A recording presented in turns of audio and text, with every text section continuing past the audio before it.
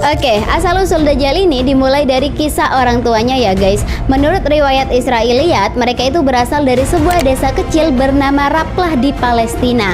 Desa ini tuh awalnya tenang, warganya juga hidup rukun dengan aturan yang dijaga ketat.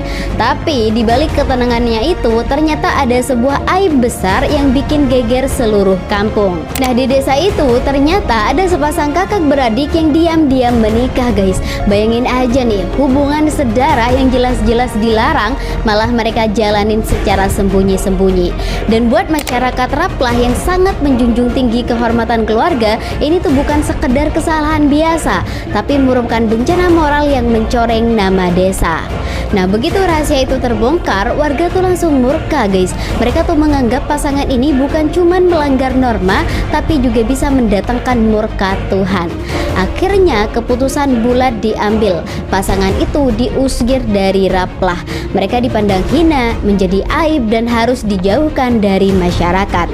Nah, dengan penuh rasa malu, mereka pun pergi nih guys, meninggalkan kampung halaman sampai akhirnya menetap di sebuah desa lain bernama Samiri. Nah, di sana mereka tuh memulai hidup baru guys. Sang ayah bekerja serabutan menjadi buruh kasar demi bertahan hidup, sementara sang ibu menjalani peran sebagai ibu rumah tangga.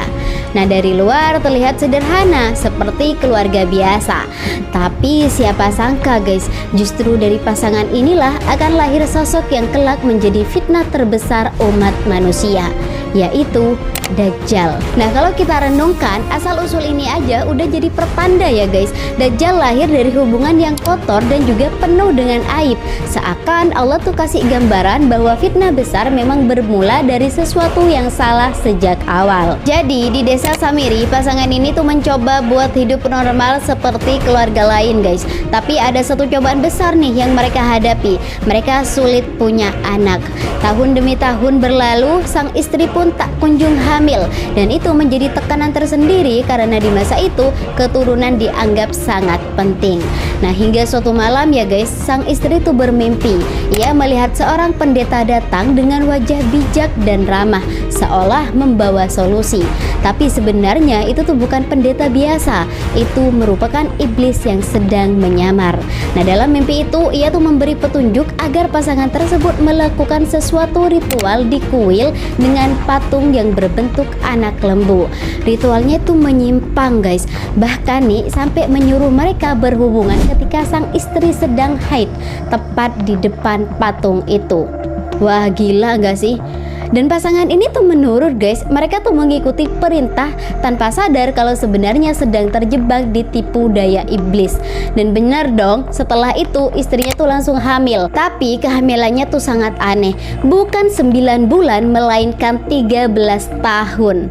Wow, 9 bulan aja tuh udah engap ya guys, gimana ini 13 tahun. Nah, belum sempat anak itu lahir ya guys, sang ayah tuh meninggal lebih dulu, meninggalkan istrinya seorang diri dengan kehamilan yang dianggap kutukan. Sampai akhirnya masyarakat udah nggak tahan lagi dan mengusir sang ibu dari desa karena menganggap kehamilannya itu memang membawa musibah yang besar. Nah, selama kehamilan itu bencana tuh datang bertubi-tubi guys.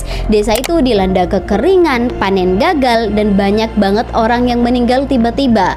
Dan warga pun percaya nih kalau kandungan perempuan itu adalah sumber malapetaka.